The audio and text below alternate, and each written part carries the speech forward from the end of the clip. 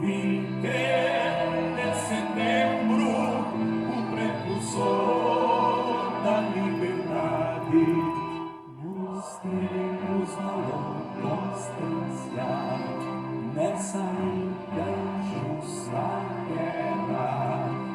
Sirvam nossas façanhas de modelo a toda a terra, de modelo.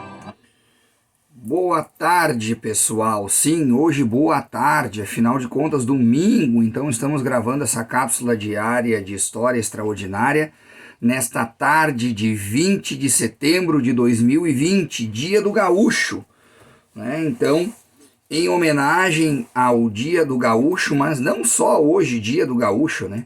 Nesse 20 de setembro, então, também comemoramos o Dia do Baterista, o Dia do Funcionário Municipal e Dia do Engenheiro Químico, né? O Dia do Engenheiro Químico foi de acordo com uma lei regulamentada em 24 de dezembro de 1966, né? Então, é também Dia do Engenheiro Químico.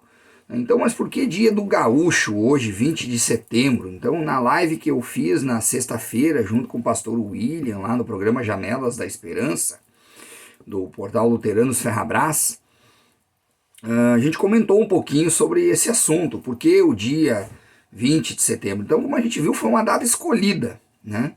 Então, em 1835, lá na noite do dia 18 de setembro de 1835, houve uma reunião entre todas as grandes lideranças, os grandes estancieiros do Rio Grande do Sul, que estavam insatisfeitos com o Império, com a questão do preço do charque que vinha do Uruguai, com os impostos cobrados do Rio Grande do Sul, com o excessivo preço do sal que era importado no período também. Então, optou-se por iniciar essa revolução. E também estavam insatisfeitos com Antônio Rodrigues Fernandes Braga, então o presidente da província do Rio Grande do Sul. Então, nessa reunião, decidiu-se por unanimidade, no dia 20 de setembro, iniciar essa revolução com a tomada militar de Porto Alegre, capital da província, né, e a destituição do atual presidente provincial, Antônio Rodrigues Fernandes Braga, né. Então, e também foi alertado nas cidades do interior para se fazer a revolta e tomar a liderança das cidades. Então, Bento Gonçalves ele comandava uma tropa que estava reunida na localidade de Pedras Brancas, junto com Davi Canabarro. Pedras Brancas ficava onde fica a atual Guaíba, né? Então eles cruzaram o rio Guaíba a cavalo. Uns dizem que foi através de lanchões, outros dizem que foi com porongos amarrados aos cavalos, que fizeram com que eles flutuassem e eles conseguissem atravessar o rio Guaíba, né? Então, essa tropa veio da região de Guaíba. E concentrados na área de Viamão, nós tínhamos tropas de Gomes Jardim e Onofre Pires. Então essas tropas se agruparam ali perto da região da Azenha, né, onde tinha uma ponte ali que era a entrada de Porto Alegre. Então tinha uma espécie de uma cerca ao redor da cidade, e ali ficava uma ponte onde tinha um portão, uma cerca, onde eu entrava na cidade no período perto do bairro da Azenha.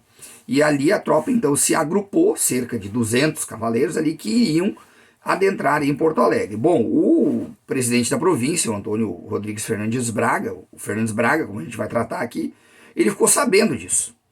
E ele também tentou reunir a sua própria tropa para a defesa, mas a grande parte da tropa dele não estava em Porto Alegre, então ele ficou despreparado para o evento. Então ele conseguiu reunir cerca de 70 homens. Então ele manda um comunicado para dentro da cidade, para as grandes pessoas da cidade, e conseguiu reunir mais alguns voluntários e reunir um total de cerca de 270 homens para se prevenir do ataque dos farroupilhas. E ali na noite do dia 19 para o dia 20, ele monta um pelotão, um piquete de 20 homens para fazer uma patrulha e dar uma olhada aí como é que estava essa região perto da Ponte da Azenha, ver como é que estava. Essa patrulha ela ficou sob o comando do Major José Egídio Gordilho Barbuda, o segundo Visconde de Camamu. E esse é o que iria fazer isso. Só que o Visconde de Camamu ele não tinha muita experiência em combate, especialmente noturno, né? Então ele vai para lá fazer essa pesquisa. E os soldados que estavam com ele eram todos voluntários, gente completamente despreparada, sem experiência. E ao redor da Ponte da Azenha, os farroupilhas deixaram um piquete de 7 homens, cuidando da ponte e o restante da tropa estava mais recuado. Quando o piquete do Visconde de Camamu encontra esses farroupilhas, eles dão o alerta. E o Visconde de Camamu, despreparado, apavorado, começa a atirar contra os farroupilhas e ali dá uma escaramuça. Mas eles atiram, descarregam as suas armas, e não era hoje, como são repetições, né? Tu dá um tiro e daí tu tem que recarregar a arma, daí é um processo demorado. Eles dão um tiro e recuam. Quando o piquete farroupilha, composto por 7 homens, vê esse recuo, eles montam em seus cavalos e partem atrás desse pelotão, desse piquete do Visconde de Camamu. Eles acabam matando um soldado e ferindo outros 4, entre eles o próprio Visconde de Camamu. Quando o pelotão retorna, então, para o centro de Porto Alegre, dá-se o alarde de que era um ataque de farroupilhas, que eram muitos homens vindo, né? E o próprio Fernandes Braga, então, decide por se retirar de Porto Alegre. E ele entra num navio e vai para Rio Grande, onde ele transfere, então, a capital para Rio Grande. Mas os farroupilhas, então, adentram em Porto Alegre sem grande resistência e tomam a cidade. E daí os farroupilhas tomam a Câmara Municipal e nomeiam um novo comandante para a província, naquele período mais alinhado com os interesses dos farroupilhas. E é assim que começa a Revolução Farroupilha neste dia. E daí temos a data máxima, né? Então fiz algumas críticas ali ao movimento, algumas questões no programa na sexta-feira, mas eu acho que é o dia que a gente tem que celebrar as nossas tradições, né? E comemorar essa nossa data aí, apesar de ser uma revolução que perdemos, mas é a data máxima da nossa cultura e das nossas tradições. Um abraço a todos, um bom resto de domingo e uma excelente semana que está por vir aí. Um abraço do professor El.